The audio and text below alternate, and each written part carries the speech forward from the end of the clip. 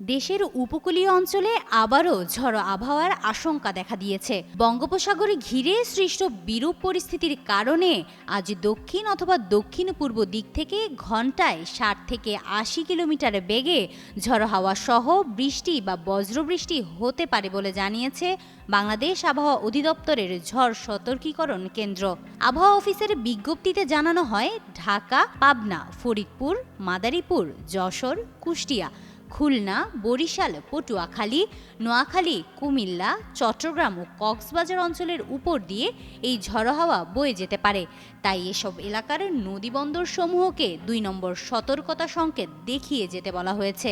এছাড়াও দেশের অন্যান্য এলাকায় দক্ষিণ অথবা দক্ষিণ পূর্ব দিক থেকে ঘন্টায় ৪৫ থেকে ৬০ কিলোমিটার বেগে দমকা অথবা ঝড়ো হাওয়ার সঙ্গে বৃষ্টি বা বজ্রবৃষ্টি হওয়ার সম্ভাবনা রয়েছে। এইসব অঞ্চলের নদীবন্দর সমূহকে ১ নম্বর সতর্কতা সংকেত দেখাতে বলা হয়েছে। আবহাওয়াবিদ AKM নাজমুল হক স্বাক্ষরিত পূর্বাভাসে এসব তথ্য নিশ্চিত করা হয়েছে। এ অবস্থায় নদীপথে চলাচলকারী নৌযান এবং উপকূলীয় বাসিন্দাদের সতর্ক থাকতে বলা হয়েছে। সাগর ও নদীবন্দর এলাকায় স্থানীয় প্রশাসনকে সর্বোচ্চ সতর্কতা অবলম্বনের নির্দেশ দেওয়া হয়েছে।